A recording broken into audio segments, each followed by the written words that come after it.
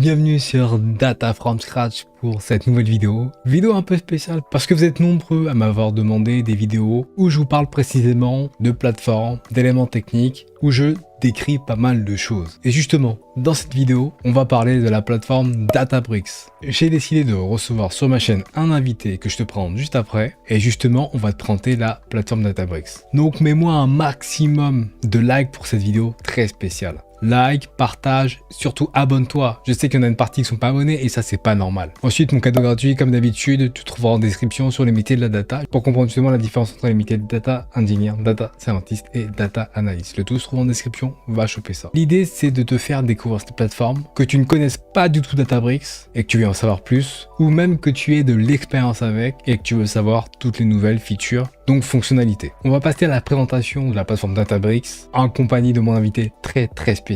C'est parti. Chose promise, chose due, on se retrouve avec Quentin de Databricks. Je vais te laisser te présenter, Quentin. Salut Willis, écoute, enchanté d'être là. Je suis solution architecte chez Databricks. Je suis d'ailleurs actuellement au Canada et ça fait 5 ans que je suis chez Databricks maintenant. Et je travaille avec des clients et aussi en interne pour fournir des démos à nos utilisateurs sur Databricks et voir un petit peu quelles architectures ils peuvent construire sur Databricks. Cool. Puis justement, ça tombe bien parce qu'on se retrouve sur cette vidéo pour construire une architecture Databricks de A à Z. On va un peu vous montrer les différents outils, puis comment mettre ça en place. Bon, le contexte, ça va être construire une data platform avec Databricks dans le contexte d'Amazon. Donc des ventes, des orders, etc. On va voir ça ensemble. Bon, on va se mettre un peu dans un contexte d'entretien, puis même si c'est pas forcément l'entretien, je pense que ça va être utile pour toi de connaître toutes ces technologies. On va regarder un peu les exigences fonctionnelles et non fonctionnelles. C'est parti. Alors la première chose quand on fait de la data, en fait, c'est de commencer par le besoin métier. Pourquoi est-ce qu'on fait tout ça? C'est vraiment important parce que la technologie n'a pas beaucoup de valeur. Ce qui a de la valeur, c'est ce qu'on va faire à la fin. Donc il faut commencer un petit peu à se poser des questions sur pourquoi on fait ça, quels sont les besoins métiers et quel est vraiment, en fin de compte, l'argent qu'on va faire gagner à la société pour laquelle on travaille. Et donc pour faire ça, le plus simple, c'est de poser un peu des questions sur ce qu'on va appeler les spécifications fonctionnelles. Donc quels sont les besoins métiers? Et donc pour cet exemple, on peut imaginer par exemple qu'on va vouloir détecter et réduire du churn. Donc du churn, ça va être des clients qui arrêtent par exemple de faire des achats sur les 30 derniers jours. Ils sont allés voir la concurrence. Et on peut aussi, un petit peu en follow-up de ça, faire de la personnalisation des recommandations. Par exemple, on sait qu'il y a un client qui va churn bientôt, donc on lui envoie un petit mail recommandé en lui disant « Hey, on a une super offre pour toi ». Et on fait ça de façon ultra personnalisée pour vraiment avoir plus d'impact. Donc une fois qu'on a un petit peu ces besoins métiers, ce qui est intéressant de voir, c'est dans notre équipe, qu'est-ce qu'on connaît, qu'est-ce qu'on a en place. Donc est-ce qu'on a des équipes qui font du Python, qui font du SQL, est-ce qu'on est sur le cloud déjà, et puis quelles sont les sources de données qu'on a pour pouvoir répondre à ces besoins. Donc là, on va dire qu'on a par exemple des sources qui viennent d'un ERP, d'une source de données plus technique comme Kafka en streaming, et puis un catalogue d'objets donc qui est sur Amazon, tout notre catalogue Amazon qui est disponible par exemple sur un Bucket S3, et on va essayer de mixer tout ça pour être capable de répondre à ces besoins-là. Puis il faut se rendre compte qu'on est sur un use case Amazon et je pense que toi en tant que personne qui regarde cette vidéo, tu utilises Amazon au quotidien, que ce soit sur ton téléphone, sur ton PC ou tout autre objet. Et donc justement on a besoin de récupérer différentes sources qui sont générées par ces différents devices. Donc une fois qu'on a un petit peu ces besoins fonctionnels, on peut passer à l'autre partie, c'est quelque chose de plus technique. De quoi on a besoin pour pouvoir construire tous ces use cases. Une bonne question, c'est de discuter par exemple des SLA. Donc est-ce qu'on a besoin d'avoir la donnée qui soit disponible instantanément? Quel est le temps de rafraîchissement? Est-ce qu'on a des problématiques autour du volume? Donc par exemple, ce qui est pas mal, c'est d'essayer de définir le volume de transactions journalières. Souvent, on essaie de faire ça en nombre de messages, on multiplie ça par la taille des messages. Exactement. Ça va nous donner une estimation en giga. Et ça nous donne un peu une trend. Est-ce qu'on est en train de dire qu'on ingeste 1 Tera par jour, ce qui peut avoir quelques petits challenges, ou alors est-ce qu'on est sur des plus petits volumes de données? Et en fonction de ça, vous avez une architecture derrière qui peut changer. Exactement. Ce que j'allais dire, finalement, on a vraiment... faut voir ça comme des Lego et en fonction du volume et de la complexité de la donnée, les Lego à mettre en place peut être un peu différents. Ouais, exactement. Ouais. Et puis l'architecture vraiment sur le cloud peut changer, notamment si vous avez besoin de performances ultra spécifiques.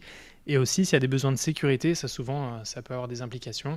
Donc je ne sais pas, s'il y a des données sensibles par exemple, ça peut être des numéros de carte de crédit qu'il faudrait du coup s'assurer qu'on peut chiffrer ou alors sécuriser proprement. Et une fois qu'on a tout ça, on peut s'attaquer un petit peu au problème et commencer à réfléchir à comment on va faire la première étape qui est l'étape d'ingestion.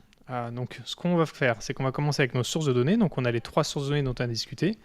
Notre ERP, Kafka, un bucket S3 avec notre catalogue. Et la première étape, c'est de venir faire de l'ingestion de données. Alors du coup, pour faire cette ingestion de données, en général, dans toutes les architectures, on a un petit peu les mêmes technologies qui reviennent. On a souvent des données techniques comme Kafka ou alors des bases opérationnelles, je ne sais pas, comme MySQL, sur lesquelles on peut venir se connecter directement et venir consommer les nouveaux événements, les nouveaux messages, les informations des tables. Et après, on a aussi des sources de données qui sont un petit peu plus fonctionnelles, comme un ERP, ça peut être Salesforce, ce genre de techno-là. Et souvent, là, on peut utiliser des technos comme Fivetran qui vont se connecter et venir récupérer les données et ingérer, par exemple en CDC, donc avec du Change Data Capture, c'est-à-dire uniquement ce qui a changé depuis la dernière fois qu'on a fait la requête, et venir déposer tout ça dans une première table où on ingère nos données. Et puis, j'ai cru comprendre qu'il y a un nouvel outil Databricks qui est disponible maintenant qui s'appelle Lakeflow Connect. Est-ce que tu peux un peu nous en parler rapidement? Ouais, tout à fait. Alors, on a une nouvelle option sur Databricks où on peut faire cette partie-là. Alors, ça vient d'une boîte que Databricks a rachetée et ça permet de se connecter. Alors, on a les premiers connecteurs, je crois, qui est sur Salesforce, par exemple, pour venir lire des données sur Salesforce et aussi, typiquement, sur un bucket S3. Et du coup, juste en quelques clics, c'est vraiment super user-friendly. On peut venir sélectionner notre ERP et automatiquement sauvegarder tout ça dans une première table qui est en général nos tables RAW. Qui sont les données brutes telles qu'on les a récupérées de nos sources. Alors du coup, une fois qu'on a fait cette ingestion-là, il y a la grosse partie de transformation. Sur la transformation, en général, on a une logique de bronze, silver, gold. Alors c'est pas un schéma qui est fixe, c'est plutôt conceptuel. L'idée, c'est de dire qu'on a nos données qui arrivent, elles sont en bronze, c'est les données brutes. On ne les modifie pas, comme ça nous permet, s'il y a un problème, de revenir en arrière et de reprocesser toutes les données si besoin. Et ensuite, on va avoir une série de tables en général qu'on peut requêter en SQL super facilement.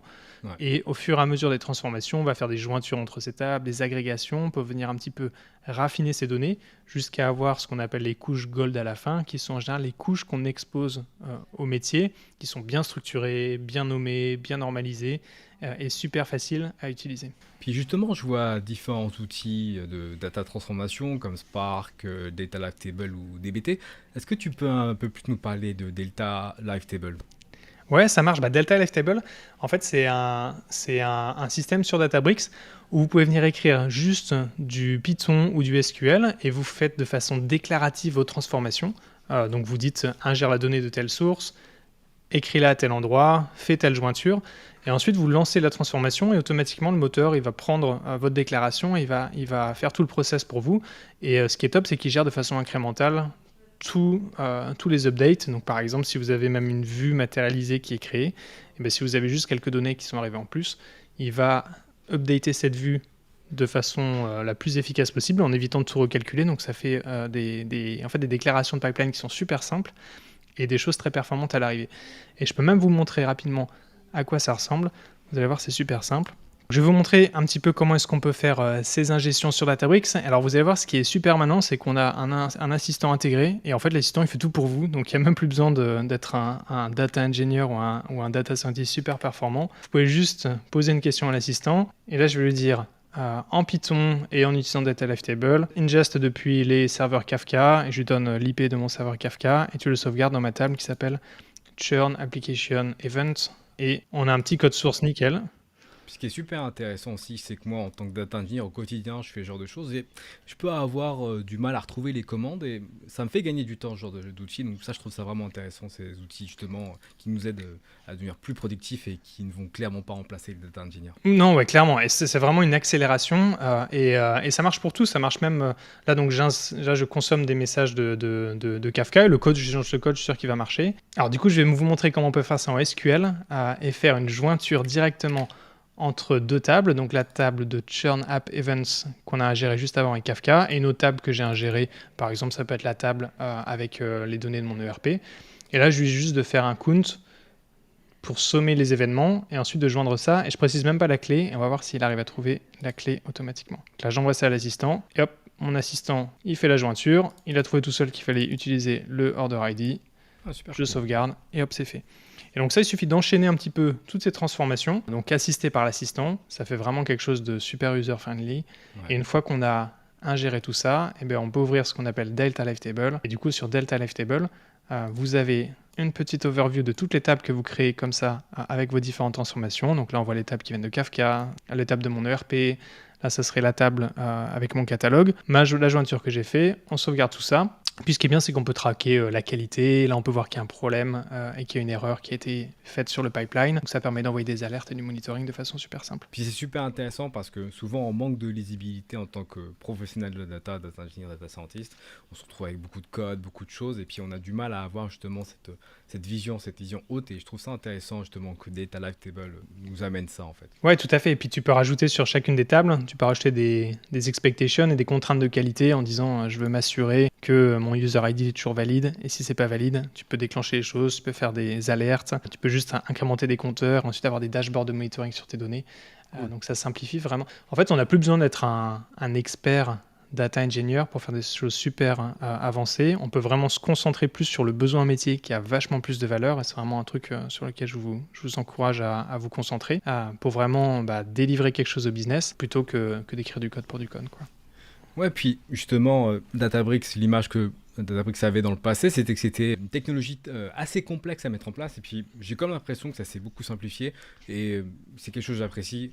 J'en fais au quotidien du Databricks. Et vraiment, c'est cool, justement, cette ouverture à des profils moins techniques pour justement livrer de la valeur au business. Ouais, tout à fait. Et puis, c'est vraiment là où va le marché, en plus, avec toute la partie LLM Engine AI. J'ai une petite question pour toi. Et si tu avais 2 bonnes pratiques pour orchestrer justement un ETL avec Data Live Table, est-ce que tu as justement quelques bonnes pratiques? Alors pour l'orchestration, en fait, ce qu'il faut, ce qui est compliqué avec l'orchestration. Alors déjà, vous avez des systèmes d'orchestration qu'il faut gérer soi-même. Je pense par exemple à du Airflow, etc. C'est assez compliqué à setuper. Et puis vous avez toute une couche ensuite de sécurité qu'il faut rajouter. Donc moi, je pense que les best practices, c'est des choses qui sont les plus simples et les plus unifiées possibles. Et puis surtout d'avoir une bonne visibilité sur les événements qui arrivent dans l'orchestration. En gros, l'orchestration, la partie de monitoring et d'observabilité, elle est super importante. Donc, vous voulez vraiment être capable de voir ce qui arrive et si jamais il y a quelque chose qui est en erreur, où est-ce qu'il y a une erreur. Et même d'ailleurs maintenant avec de l'AI, vous avez l'erreur qui est automatiquement, avec une suggestion de correction d'erreur automatique. Donc, il faut vraiment aller sur des systèmes, je pense, simplifiés comme ça. Et encore une fois, éviter de faire de la tech, quoi. Mais on va en reparler, je vais vous montrer l'orchestration qu'on a, vous allez voir sur Databricks, c'est super simple à utiliser. Du coup, je reviens sur un petit peu ce schéma. Donc une fois qu'on a ingéré les données, donc on les a consommées de nos sources, on les a sauvegardées en bronze, on effectue plein de transformations comme ça, on a la partie gold qui sont nos données qui sont prêtes à être consommées par le business. En général, l'étape suivante, alors c'est vrai que ces données, elles sont stockées, j'aurais dû le mentionner sur Delta Lake, c'est le format de stockage, que comme on est sur des couches de Lakehouse, vous avez vos données, donc ça ce sont des tables qui sont stockées au format Delta Lake sur des blob storage, donc si on est sur Amazon, ça va être sur des blob storage de type S3. Ces données-là, ce qui est important, c'est de rajouter une couche de gouvernance et de sécurité pour s'assurer que, en fait, on sait à qui on donne le contrôle d'accès. Si on a des données qui sont sensibles liées à la sécurité, comme les cartes de crédit dont on avait parlé juste avant, on peut chiffrer ces données-là. On peut avoir un système d'audit pour dire, ok, je suis capable de savoir qui a fait un select sur la table, qui a utilisé tel modèle, etc., etc. Donc ça, c'est super important et c'est quelque chose qui est vraiment fondamental quand vous faites une plateforme data, donc il faut vraiment y penser. Et je vais vous montrer aussi à quoi ça ressemble, vous allez voir, c'est super simple. Sur Databricks, vous avez ce qu'on appelle le catalogue Unity Catalog à gauche. C'est un projet qui est open sourcé et que tout le monde peut réutiliser. Et en fait, ça marche de façon super simple. Vous avez des catalogues avec des schémas, avec vraiment vos tables. Donc on est comme sur une base SQL un petit peu classique. Là, j'ai sélectionné par exemple le Churn App Events qui est la table qu'on a juste créée en venant de Kafka. Et puis on peut voir un petit peu des exemples de données. Donc là, vous avez un petit peu le détail de ce qui est consommé dans ma table. Et puis surtout, ce qui est intéressant, c'est que vous avez les permissions. Donc vous pouvez dire, ok, tous mes analystes, ils peuvent faire des selects sur cette table-là. Et mes data engineers, comme ils sont un petit peu plus avancés, ils ont besoin de faire des changements, ils peuvent changer la table. Et vous avez la partie lineage qui nous permet en fait de voir un petit peu la dépendance de cette table. Donc on voit que cette table a été créée, elle dépend d'une autre table. Et on peut faire ça aussi au niveau des colonnes. Donc vous pouvez dire cette colonne-là, user ID, en fait, elle vient de telle table. Ça, c'est super important parce que ça vous permet de tracer un petit peu toutes les données sensibles. Imaginons que vous ingériez des données et vous avez des noms, des prénoms, des emails. C'est sensible. Vous voulez pas que ce soit, par exemple, liqué dans des modèles de machine learning. Donc avoir un système et une gouvernance qui vous permet d'unifier tout ça et de voir un petit peu quelles données utiliser exactement à quel endroit, c'est super important. Ou alors par exemple si vous avez des données qui ont été ingérées et en fait les données vous vous rendez compte qu'il y a une grosse erreur dans votre calcul de données, que tout est faux, vous allez pouvoir explorer votre lineage et voir tous les dashboards potentiellement qui sont impactés. Ça vous permet de contacter les business owners en disant attention, depuis 6 mois les données sont pas correctes et on a corrigé tout ça. Vraiment intéressant, ça donne vraiment la possibilité de gérer tout ce qui entoure la data, donc la data gouvernance, et c'est agréable à voir, surtout que c'est souvent des sujets qui sont peut-être mis de côté, en tout cas dans le passé, puis avec l'IA on a besoin justement d'avoir des données le plus pertinentes possible. Et alors en plus, ce qui est intéressant avec les nouveaux systèmes, un petit peu cette nouvelle génération de systèmes, c'est que maintenant l'IA, elle est capable de comprendre ce que vous avez dans vos tables. Donc en fait, elle va automatiquement venir analyser les données que vous avez dans l'ensemble de vos tables. Et du coup, elle comprend que plateforme, c'est iOS, Android ou alors une autre. Et ça lui donne une idée sur ce que vous avez vraiment comme système. Ce qui fait qu'après, tous les autres composants qui sont propulsés par de l'IA et du LLM, quand vous lui posez une question en disant sur quel smartphone, par exemple, j'ai le plus de churn, lui, il va dire OK, smartphone, parce qu'il y a des valeurs qui sont iOS, Android ou Other dans la colonne plateforme. Donc plateforme égale smartphone. Il va être capable d'avoir ce raisonnement-là et de vous sortir la bonne analyse, alors que vous avez posé une question qui n'est pas exactement ce que vous avez dans votre table. Donc le catalogue, c'est vraiment clé pour tout ça et c'est en train de devenir la pièce centrale sur toutes les plateformes data. Donc il faut vraiment pas l'oublier. Alors du coup, une fois qu'on a notre catalogue et les données qui sont sécurisées, on peut passer un petit peu aux applications métiers, donc ce dont on a parlé, être capable d'analyser le churn existant. Et puis vous avez toute la partie un peu plus orientée AI, LLM et Gen AI qui peut arriver en plus. Donc soit vous faites de l'AI classique, ça va être des modèles de forecast un petit peu classiques. Et puis vous pouvez faire en plus de ça on va dire du Gen AI qui sont généralement les deux couches d'AI qu'on voit sur les plateformes data. Alors je vais vous montrer comment on fait ça aussi sur Databricks. Comme pour le reste, c'est super facile. Alors je vais aller, donc ça c'est un dashboard que j'ai créé juste avant et on voit que le dashboard il analyse un petit peu mon existant, on voit les customers à risque de churn, combien d'argent je fais par mois. Et là, on voit que j'ai 60 000 $, qui sont à risque. Et du coup, on peut venir un petit peu éditer ce dashboard. Et comme partout, en fait, maintenant, avec les plateformes modernes, vous n'avez plus rien à faire. Vous pouvez juste lui demander ce que vous voulez voir. Donc là, je vais créer une nouvelle charte et je vais lui demander, combien de customers on churn par country. Et tu me fais ça as a pie. Et hop, automatiquement, il va me faire mon pie. Et j'ai mon résultat qui apparaît. Donc super simple. On sauvegarde, on publie et ensuite on peut partager ça avec nos business owners et c'est là où vous avez vraiment la valeur, en fait tout le travail qu'on a fait avant de transformation, d'ingestion, de gouvernance, de sécurité, c'est vraiment ça la valeur que vous avez à la fin, donc c'est super important d'avoir cette. Et justement, j'ai une question à te poser parce que souvent dans les entreprises, il y a déjà des outils existants comme Power BI ou Tableau Dashboard. Est-ce qu'on peut quand même interfacer un Power BI ou un Tableau Dashboard sur Databricks ? Ouais, bien sûr. Alors là, je vous montre ça parce que c'est construit dans Databricks et du coup, c'est facile pour moi de vous le montrer. Mais on a plein de clients sur Databricks qui ont Tableau, Power BI ou même d'autres. Et en fait, vous vous connectez directement. La façon dont ça marche, c'est vous faites vos visualisations un peu en drag and drop sur Power BI. Et du coup, les requêtes sont envoyées à Databricks sur des warehouses qui sont des warehouses qui exécutent du requête SQL. Donc la requête SQL, elle est envoyée sur Databricks. Il y a toute la couche de sécurité. Donc on s'assure que en tant que Quentin, j'ai bien accès aux données de churn. On lit la table, on fait les agrégations et on envoie le résultat à Power BI. Et c'est quelque chose qui se fait de façon super courante. Ouais. Du coup, là, on est sur la partie BI et dashboard. La prochaine étape, c'est d'activer un petit peu les informations qu'on a. Là, on sait qu'on a des customers qui sont à risque de churn, mais maintenant, du coup, il va falloir potentiellement leur envoyer des messages un petit peu personnalisés en fonction des achats qu'ils ont fait avant pour venir réduire ce churn-là. Et un bon exemple, ça pourrait être de leur envoyer un email avec une petite offre en disant, voilà, pour les 3 prochains mois, je vais te faire 50% de réduction si tu pars pas et si tu ne churnes pas sur ton abonnement, par exemple.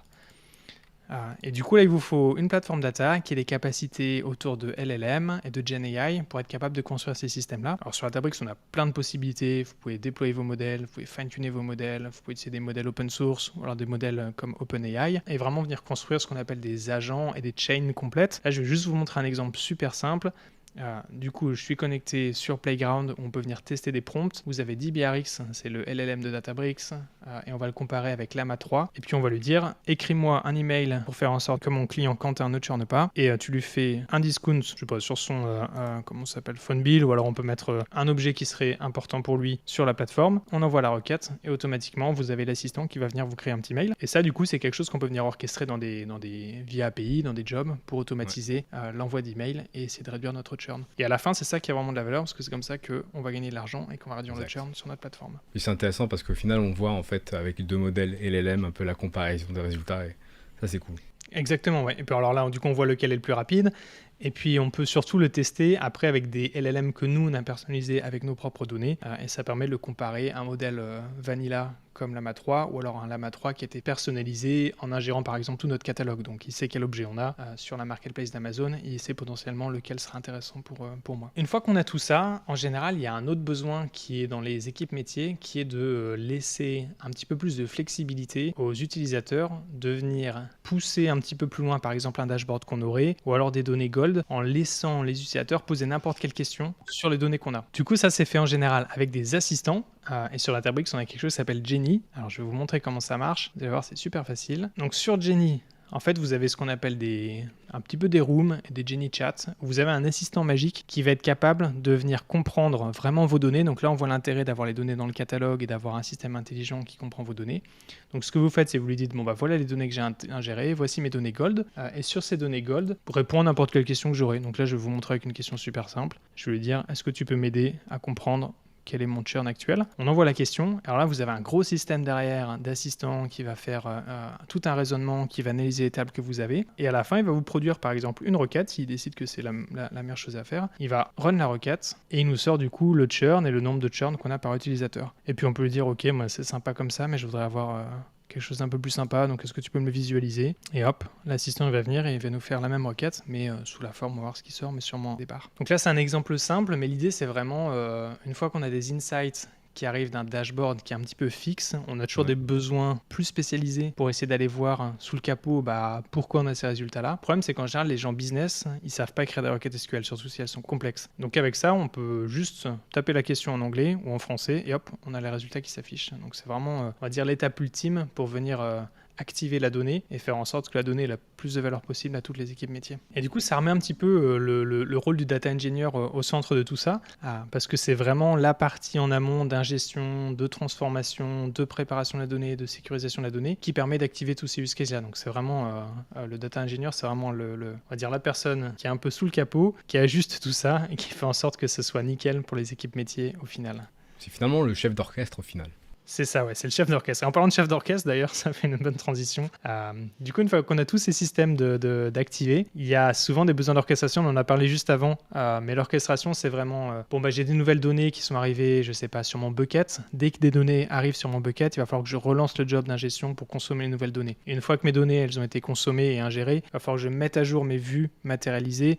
Et ensuite, il va falloir que je rafraîchisse mon dashboard, que je rentraîne un modèle de machine learning, que je réenvoie des mails à des clients, ce genre de choses. Donc là, vous avez besoin d'un moteur d'orchestration et c'est pareil sur Databricks, vous avez un orchestrateur qui est super facile d'utilisation qui s'appelle Workflow, donc vous l'avez là sur la gauche. Donc un workflow, en fait, vous avez la première partie qui est un petit peu une partie d'observabilité, donc on voit ça, c'est différentes tasks sur mon workflow, on voit qu'il y en a un paquet. Là, ce qu'on voit, c'est que mes 2 derniers tasks, ils ont échoué, ils sont en rouge, et puis là j'ai un run qui a marché, j'ai lancé un run il n'y a pas longtemps et tout est au vert, et du coup on voit que ce run, il a une série de tasks et chaque tâche, vous pouvez lui dire lance un notebook par exemple sur Databricks, ou alors lance une requête SQL, ça peut être lance un job DBT, ça peut être plein de choses, vraiment orchestrer tout ce qu'on veut et faire en sorte d'avoir un diagramme d'orchestration assez compliqué. On peut avoir des conditions, des loops, tout ce genre de choses pour vraiment venir orchestrer tout ce qui tourne autour de la data, que ce soit de l'ingestion, de l'IA, de la data science, de la visualisation, du requêtage SQL.